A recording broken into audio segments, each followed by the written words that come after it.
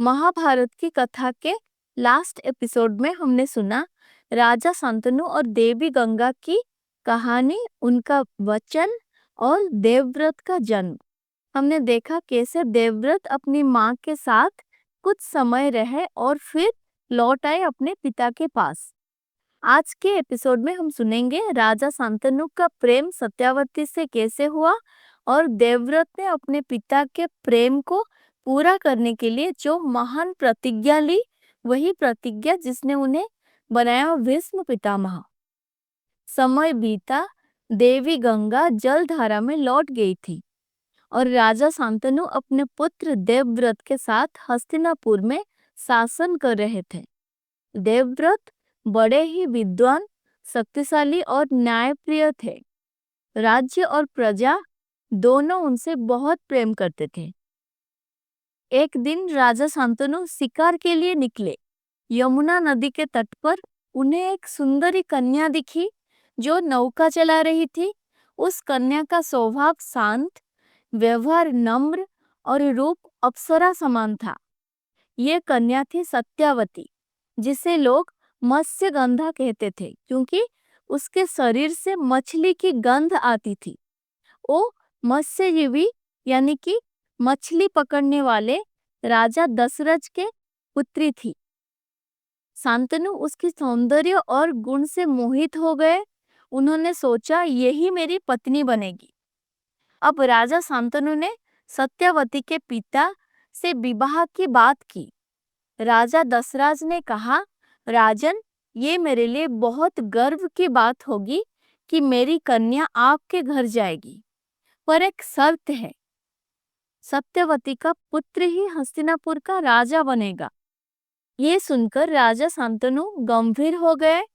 उनके हृदय में प्रेम था, पर कर्तव्य और मर्यादा भी थी, क्योंकि हस्तिनापुर के पास पहले से ही एक राजकुमार था, देवव्रत, और एक पिता अपने पुत्र का अधिकार छीनकर दूसरे पुत्र को कैसे दे दे।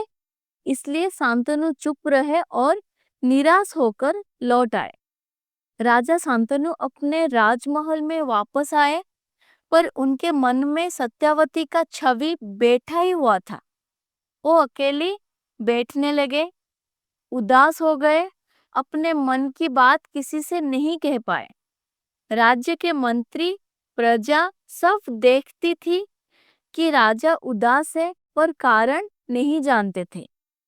उनके पुत्र देवव्रत, जो तब तक वीर और बुद्धिमान प्रिंस बन चुके थे, उन्होंने देखा कि पिताजी कुछ छुपाए बैठे हैं। देवव्रत ने मंत्री से पूछा कि पिताजी क्यों उदास है। मंत्री ने कहा, राजकुमार, एक दिन राजा ने एक मत्स्यजीवी के कन्या देखी। राजा उनसे विवाह करना चाहते थे, पर कन्या के पिता ने शर्त रखी कि उस कन्या का पुत्र ही राजा बनेगा। राजा ने उस शर्त को स्वीकार नहीं किया और वापस आ गए। तब से वो उदास है। देवव्रत ने कहा, बस यही बात है, ये तो मैं अभी सुलझाता हूँ। अगली सुबह देवव्रत स्वयं गए राजा दशरथ के पास। उन्होंने कहा, पितामह, मैं हस्तिनापुर का राजकुमार हूँ। आप अपनी कन्या सत्यावती का विवाह मेरे पिता राजा शांतनु के साथ कर दीजिए। मैं आपको वचन देता हूँ, मैं हस्तिनापुर के सिंहासन का दावा कभी नहीं करूंगा। राज्य का अधिकार सिर्फ सत्यावती के पुत्र को होगा। राजा दशरथ ने कहा, पुत्र, तुम महान हो, पर तुम्हारे पुत्र तो राज्य का दावा करेंगे, इसलिए ये प्रतिज्ञा अपूर्ण है। तब देवव्रत खड़े हुए, अपना धनुष उठाकर गंगा तट पर देवता, पितृ, ऋषि सबको साक्षी बनाते हुए कहा, मैं देवव्रत, कुरुवंश का पुत्र, ये महाप्रतिज्ञा करता हूँ कि मैं अपने जीवन भर ब्रह्मचर्य का पालन करूंगा। मैं कभी विवाह नहीं करूंगा और अपना पूरा जीवन हस्तिनापुर की सेवा और रक्षा में अर्पित कर दूंगा। जैसे ही उन्होंने ये वचन दिया, आकाश से देवताओं ने आकाशवाणी की, देवव्रत, ये प्रतिज्ञा इतनी कठिन है कि इसे कोई भी ना कर पाए। इसलिए आज से तुम भीष्म कहलाओगे, क्योंकि तुमने एक भीषण प्रतिज्ञा ली है। उस दिन से देवव्रत बन गए भीष्म पितामह। राजा शांतनु को जब ये पता चला, उनकी आंखों से आंसू बह गए। उन्होंने अपने पुत्र को आशीर्वाद दिया, पुत्र, तुम्हारे मृत्यु कभी तुम्हारे मर्जी के बिना नहीं होगी। तुम अपनी इच्छा से ही मृत्यु को बुला सकते हो। जब तक तुम ना चाहो, तुम्हें मृत्यु नहीं आएगी। कोई तुम्हें हरा नहीं सकता।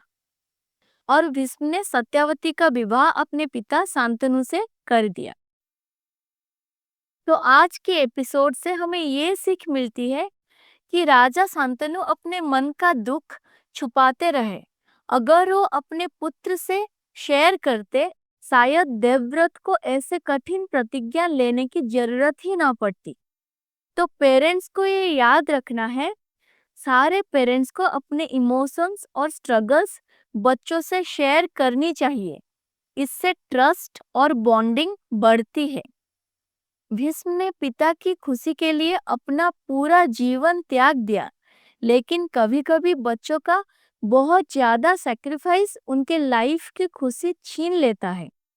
पेरेंट्स को एंश्योर करना चाहिए कि उनकी खुशी के लिए बच्चे अपनी खुद की आइडेंटिटी सैक्रिफाइस ना करें।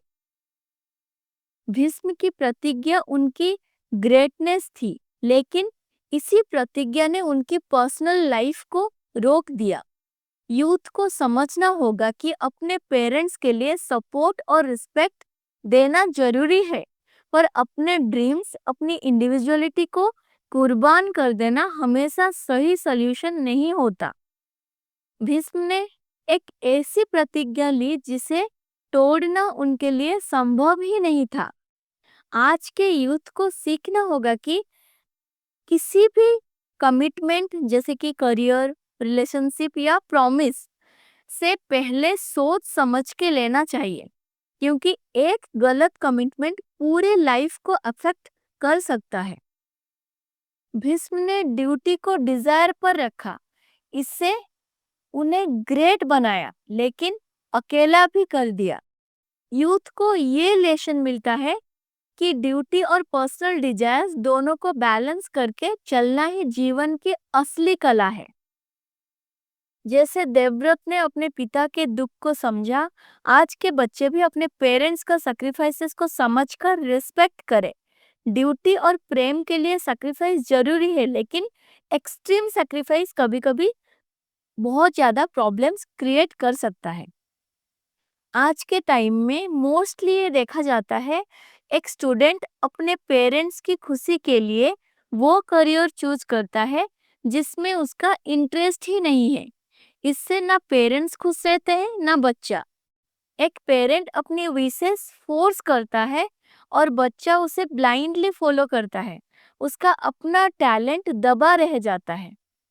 महाभारत हमें सिखाता है कम्युनिकेशन, बैलेंस और समझ।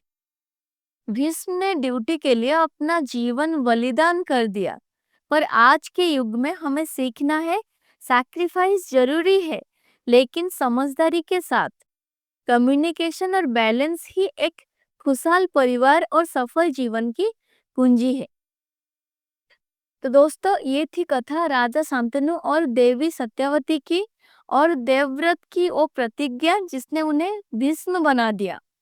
अगला एपिसोड और भी रोमांचक होगा, क्योंकि अब शुरू होती है हस्तिनापुर की राजगद्दी की असली कहानी।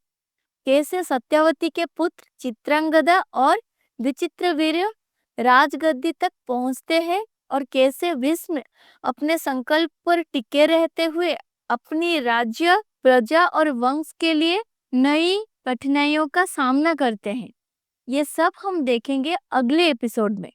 तो मिलते हैं अगले एपिसोड में। जय श्री कृष्ण।